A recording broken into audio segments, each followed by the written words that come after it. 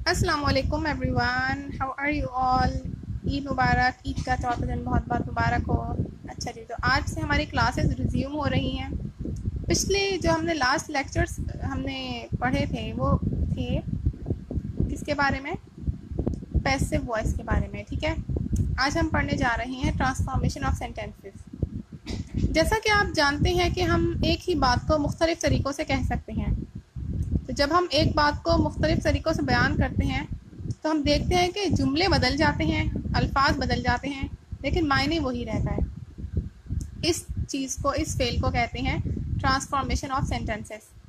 गुज़िश्ता lecture में हमने active और पैसिव वॉइस के बारे में पढ़ा था। ये भी ट्रांसफॉर्मेशन का ही एक ज़रिया है। ठीक है, अब हम कुछ और तरीके से पढ़ेंगे जिनसे हम एक बात को मुख्तलिफ, जिससे हम ये समझेंगे कि एक बात को मुख्तलिफ तरीक़ों से कैसे कह सकते हैं।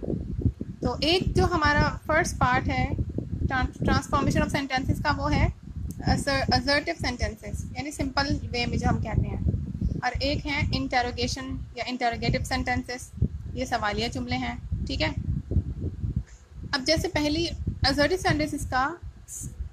सेंटेंसेस का सेंटेंस नंबर 1 है, nobody can bear such an insult. कोई भी इतनी बेइज्जती बर्दाश्त नहीं कर सकता। ठीक है, अब इसी का इंटरोगेशन सेंटेंस क्या हो गया? Can anybody bear such an insult. क्या कोई इतनी बेइज्जती बर्दाश्त कर सकता है? ठीक है, अब देखिए दोनों का मतलब एक ही है, कोई भी इतनी बेइज्जती बर्दाश्त नहीं कर सकता, या क्या कोई इतनी बेइज्जती बर्दाश्त कर सकता है। मतलब एक ही है, कहने का अंदाज चेंज हो गया, अल्फाज चेंज हो गए, इसके स्ट्रक्चर चेंज हो गया। ठीक है, ये कहलाते हैं ट्रांसफॉर्मेशन ऑफ सेंटेंसेस। इसी तरह सेंटेंस नंबर 2 है, health is more precious than wealth. दौलत से ज़्यादा सेहत कीमती है। ठीक है, अब इंटरोगेशन का नंबर 2 क्या है? Is not health precious than wealth. क्या दौलत से ज़्यादा सेहत ज़रूरी नहीं है? ठीक है,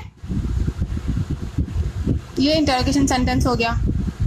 इसी तरह असर्टिव सेंटेंस का सेंटेंस नंबर 3 है, दे एंजॉयड एट द पिकनिक। उन्होंने पिकनिक पर एंजॉय किया या मज़ा किया। Did they not enjoy at the picnic. क्या उन्होंने पिकनिक पर एंजॉय नहीं किया? ठीक है, इसी तरह सेंटेंस नंबर 4 है, we'll never forget the good days. हम अच्छे दिनों को कभी नहीं भूलेंगे। Shall we ever forget good days. क्या हम इन अच्छे दिनों को कभी भूल पाएंगे? ठीक है, तो ये है ट्रांसफॉर्मेशन ऑफ सेंटेंसेस। अब होमवर्क में आपने इसी तरह सेंटेंसेस बनाने हैं। पहले आप असर्टिव बनाएंगे, तो फिर आप उसी का इंटरोगेशन सेंटेंस बनाएंगे। ये बात ध्यान में रखिएगा कि दोनों का मफहूम एक होना चाहिए। ठीक है, थैंक यू सो मच, अल्लाह हाफिज़।